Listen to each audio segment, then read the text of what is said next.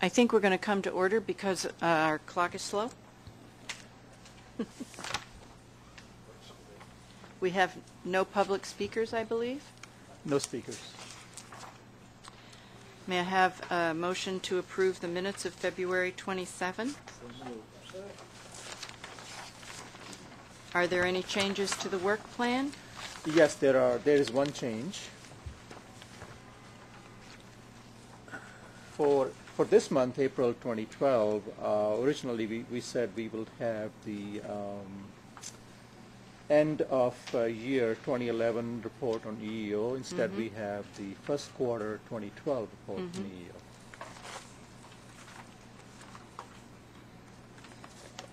Which is good. Yes. I wanted to take a couple of minutes to comment on the actions that we've taken as a full board to put some of the materials that we've traditionally seen in this committee into the committee reports. Our goal has been twofold. First of all, I think that this committee's done a phenomenal job of identifying issues that we had in both our workforce diversity and in our subcontracting diversity. But it also occurred to us that in order to really achieve the kind of goals that we've set and want to set, we have to push the responsibility for getting it accomplished down into the agencies.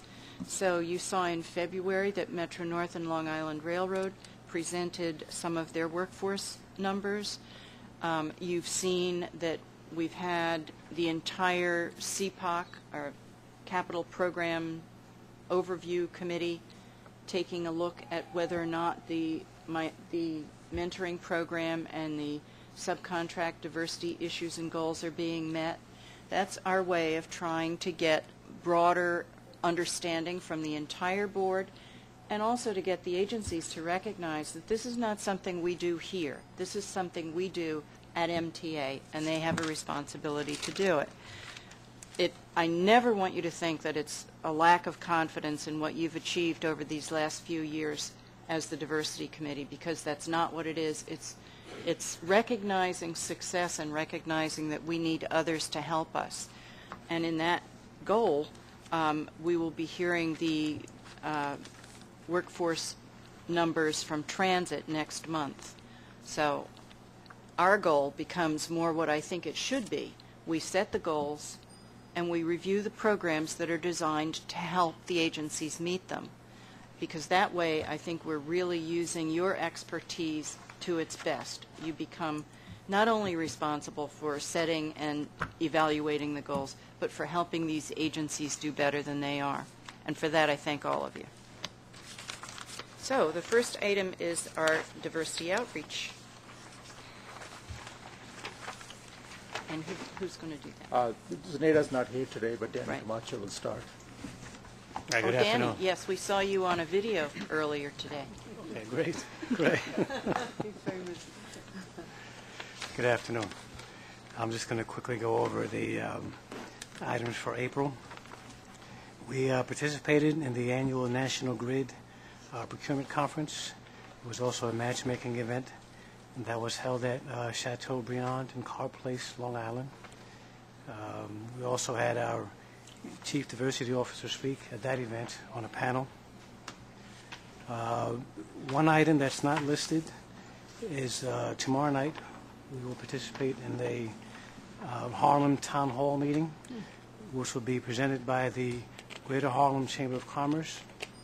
We will also exhibit and present on a panel at that town hall meeting as it relates to the Mother Clara Hale Depot progress. Day after that, we'll be at the annual Staten Island Economic Development Conference. As you know, we've been trying to visit all of the counties that we serve.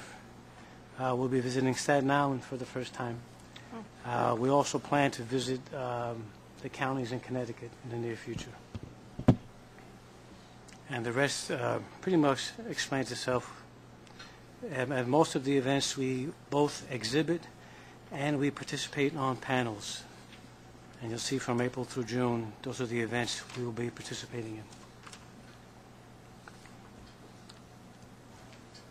You know, I want to add that we had a presentation on the Claire Hale Depot at CPOC, and one of the things that was presented was the subcontracting minority goals on that contract, and that was a pleasure to hear. It's nice that we're doing well enough that that becomes part of a presentation rather than something that we don't talk about. So I was pleased with that. Great.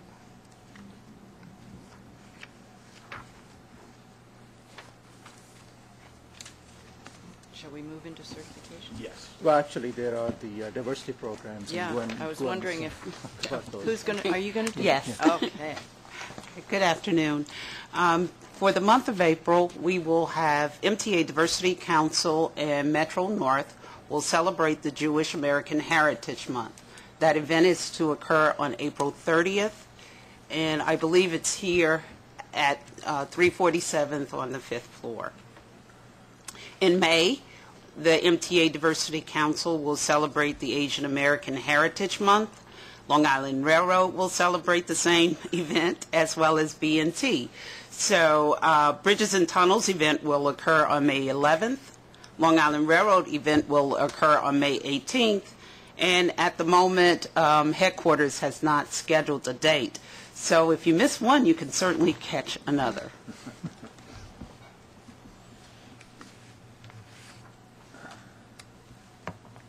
Okay, now we'll move on to certification.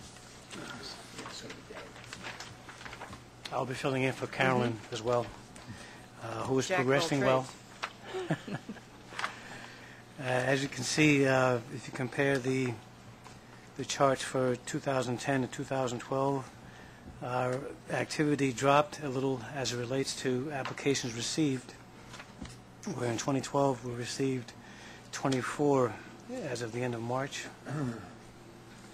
But the activity has pretty much remained constant. If we go to the next page, wherein we processed 24 applications as compared to last year where we processed 25 at this point. So the activity remains pretty busy. Is that a backlog, or is it, So just continual processing. are you getting, I know in the past we had a number of firms that you couldn't move ahead in the certification program because they had various deficiencies that made them not suitable for the program. Correct. Are you getting more applicable applicants? I think it really depends on it changes from quarter to quarter. Sometimes we have a string of acceptable applications and other times we don't. So it really changes. It really varies. Interesting. And at the year end, we will list the total number of firms who are certified and equate that with the number of subcontracts and prime contracts that they have received, like we did at the last meeting. Because it's one thing is to certify companies. It's the second thing, once those firms are certified, how are we getting them contract opportunities? I'm also curious to know what your retention rate is. You know, I don't mean for you to go to a lot of extra trouble, but because you have to recertify so frequently, I'm wondering if you retain people a lot. Right. Pursuant to recent changes in federal regulations, companies no longer have to recertify. What they have to do now is submit annual updates just to make sure they're still certifiable. So for that's our easier. purposes, firms' certifications are permanent or until such time as they no longer qualify for certification. Interesting. EEO activities, I'll have to think about that. Okay. On this page, page 15, it's just a disclaimer that any terms that we may use or I may use during this presentation as exceed or at or below 80% of the census availability does not constitute a finding or admission of unlawful discrimination. If we go to the next slide, summary of the findings.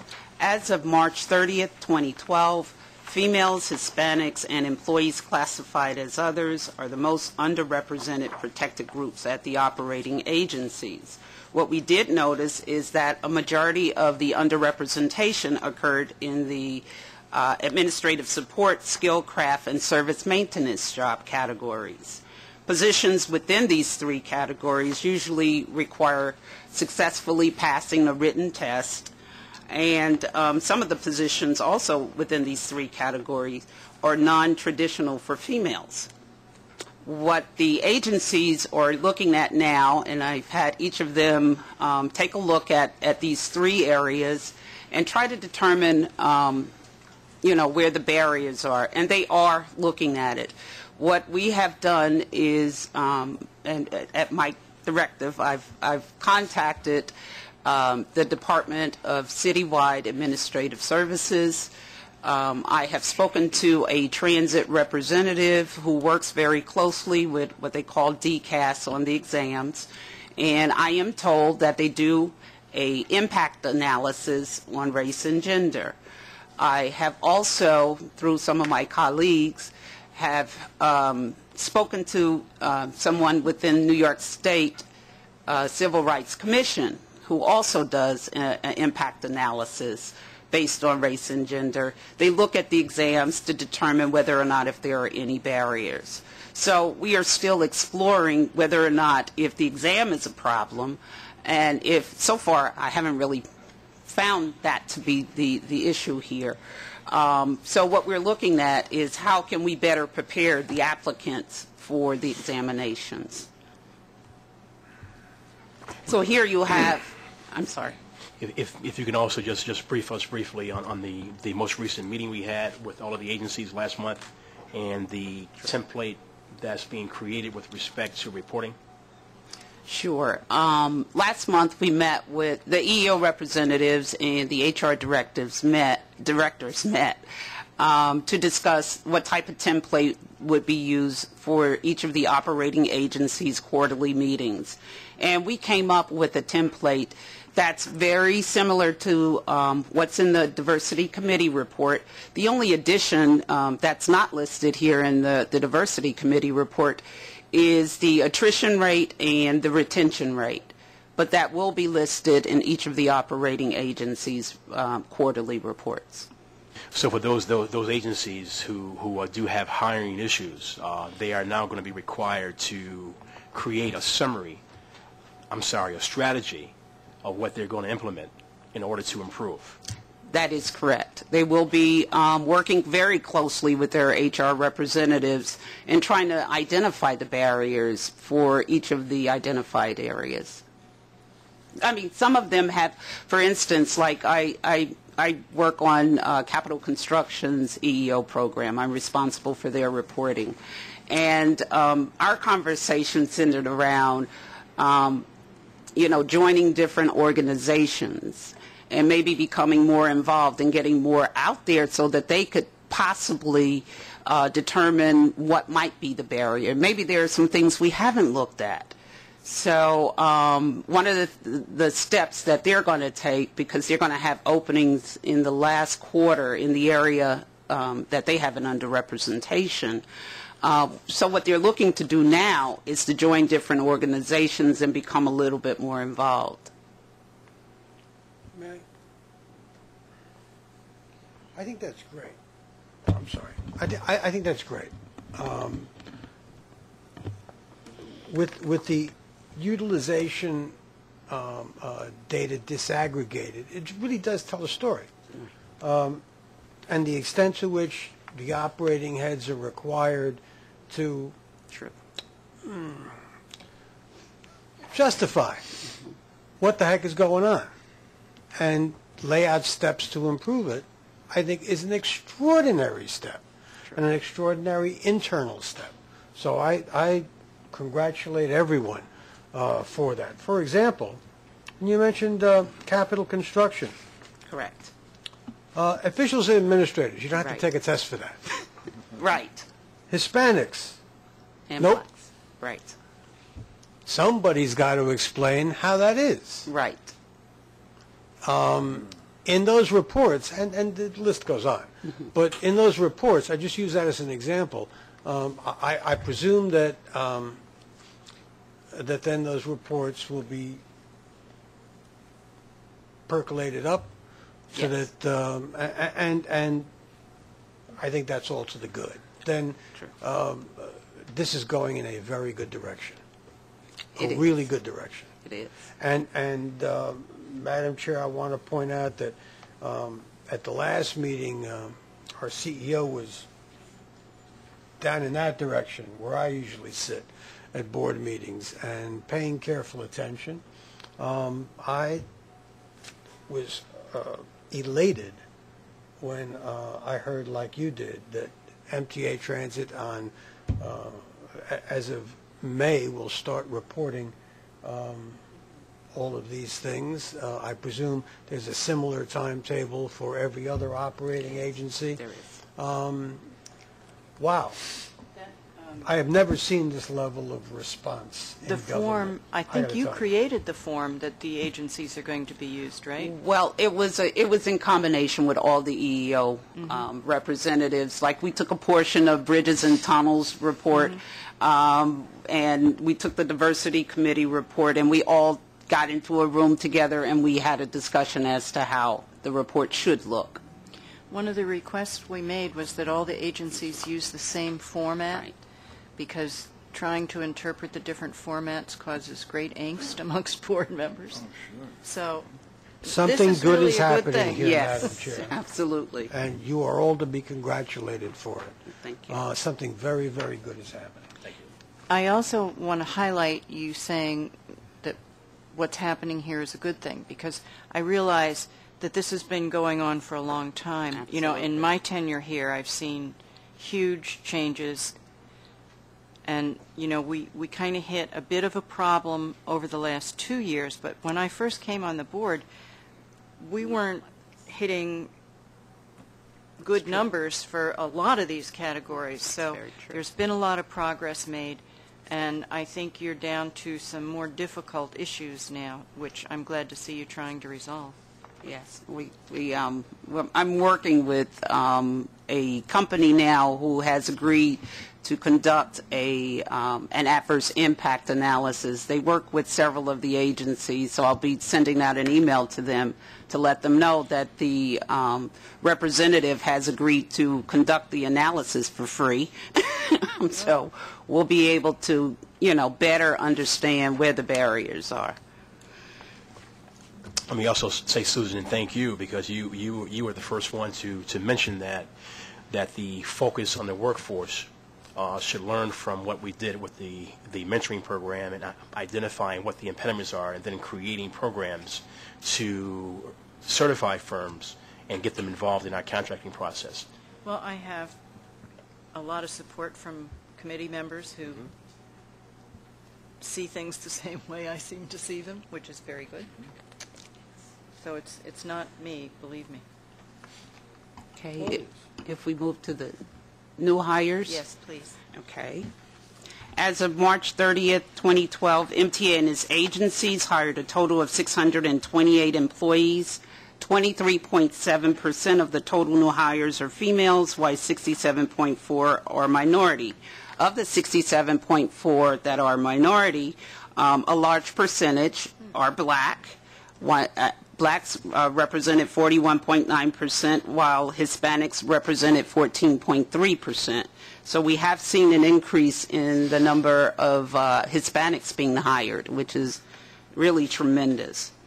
MTA headquartered hired the highest percentage of females, and New York City Transit hired the highest percentage of minorities. If we move on to the EEO and Title VI complaints, between January and March of 2012, MTA and its agencies handled a total of 272 EEO complaints, citing 442 separate allegations. Of the 272 complaints, 197 were filed externally at city, state, and federal agencies, and 75 were filed internally. Of the 197 external complaints, disability, other types of miscellaneous discrimination and race color discrimination were most frequently cited. That's on the external.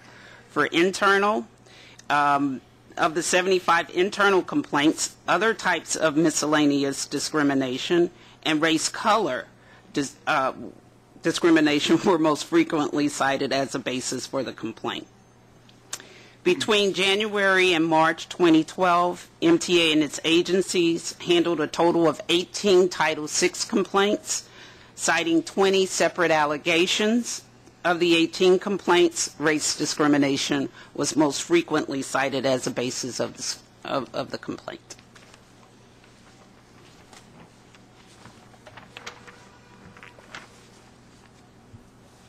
Okay, the mentoring program, I think we went over this in CPOC.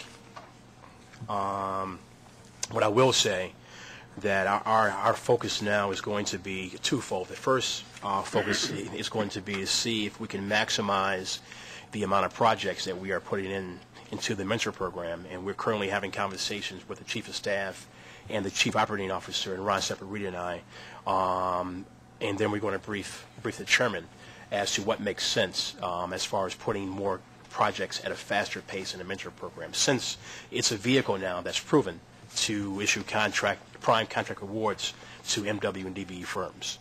Also, we are on it as far as in Washington to push the FTA with granting us the status of creating a federally funded mentor program on our DBE projects. Once that program has been approved, we are going to see a spike in prime contract awards to DBE firms. Last year, you did like exit interviews with both parties involved in the mentoring program when the project was completed. Is that continuing? Yes, it is, and we are using that as a tool to improve the program as we move forward. Yeah, I had the opportunity to review some of those, and I found them enlightening and encouraging. Mm-hmm. Do you have questions about how the mentoring program is going? I think that was covered pretty thoroughly. Really good. I think it was, yeah. Contract compliance? Good afternoon. Yearly, we report on federal and state contracts. Federal contracts are reported on a semi-annual basis. Report includes information on new awards and payments on completed contracts. The overall DBE goal for 2012 is set at 17%. If you look at the attachment, for the period covering October 2011 to March 2012, you'll see that 46 awarded contracts were awarded for a total of $397 million, with $46 million going to DBEs for a DBE participation rate of 12%. The lower portion, you'll see that we had 3 completed contracts totaling $208 million, with $34 million going to certified DBEs for a total DBE participation rate of 16%. Page 31 is state contracts, which we report on a quarterly basis. Report includes information on contract awards, number of contracts with goals, and prime contract payments with MWBE participation. Overall, MWBE goal was set to 20% starting April 1st, 2012. The attachment, page 32, you'll see that $1.5 billion was awarded in New York State-funded prime contracts, with $132 million awarded to MWBEs for a 9% MWBE participation rate. You'll also see that payment information, $1.1 billion in payments were made to primes, with $151 million of that going to MWBEs for a 13% participation rate. Let me also. This was brought by Melissa Jones. Yes, thank you, Melissa. Let me also add that I was on the phone on a conversation this morning with the governor's office, and the governor's office has indicated that the MTA should be leading the effort with achieving the governor's goal of 20%. and they want to work with us to make sure that we are going to achieve that. So therefore, we are going to be doing everything that we can to work and to hold the operating agencies accountable for the achievement of our M and WBE goals. And we met with Metro North on Friday to go over some items, some issues. The way that we have changed the policy now is that once a contract is awarded, the project manager has the responsibility of ensuring that the prime contractor achieves all of the goals of that contract. The achievement of MWBE goals is part of the terms and conditions of that contract. So my staff is going to work in tandem via the operating agencies, but mind you, the project manager on that project has the responsibility of ensuring that the goals that are set are the goals that's going to be achieved on each one of our projects that we award. Good. Very good. Puts the responsibility in the hands that can do something about it. Financial and legal services? Yes. Legal fees. We still have a ways to go. We are currently at 12%, but we are having internal discussions with all of the vice presidents and councils as far as doing a more effective job of issuing assignments to state-certified law firms. And I'm going to circle back to each one of the agencies in the next week or so and find out what strategies that we can implement by ensuring that as we issue assignments, how that can be issued in a more inclusive manner. Mike, who's the, for want of a better term, project manager in this case that's accountable? It should be the vice president and councils at each one of the operating agencies. So that's going to be the focus of my conversations.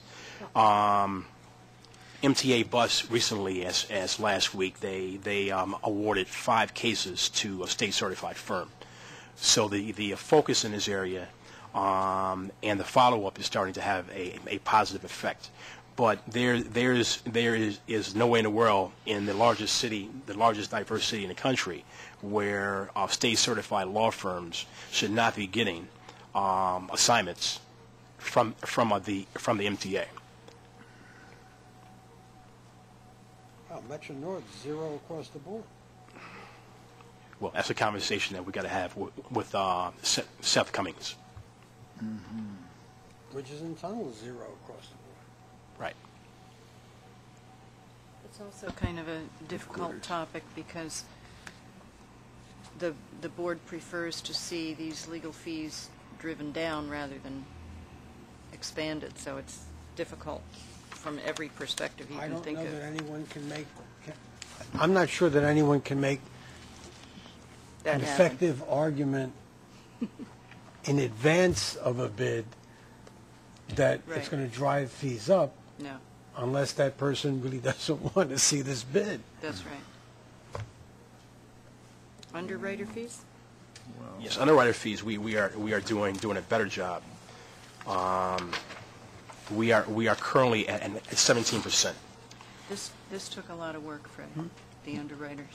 Right. A lot of support from different board members to get it done. Exactly. I'm aware of that. And the fees are important. It's not the, it's not the place on the list or the No. particular award. It's how much you're paid. And Right. it's also important that it be in everything that we do. Yeah. Oh, Asset managers. Two points here. There's going to be a new RFP going out to hire a FA who is going to be responsible for assisting us in identifying state-certified asset fund managers. In the RFP process itself, and I'm voting on the RFP, the finalists are going to explain what their strategy is going to be in helping us identify qualified MWBE asset fund managers so we can do a more effective job in increasing the pool of state-certified MWBE asset fund managers. Do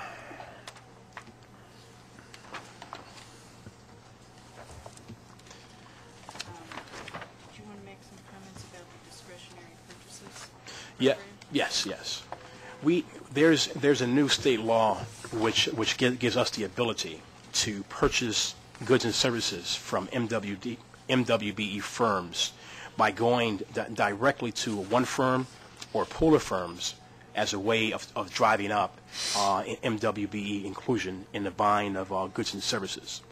At the next meeting, the next board meeting, we are going to give a report as to how each operating agency is doing with this new tool that was created as a vehicle to allow all state authorities and agencies in doing a better job of buying goods and services from the MWBE vendors and suppliers. And we've started tracking this, and I'm getting the reports from all of the agencies by the 15th of each month. So at our next board meeting, we will be able to show how each one of the agencies are currently doing in this area. And the last table in your book, I think you are familiar with from CPOC, right?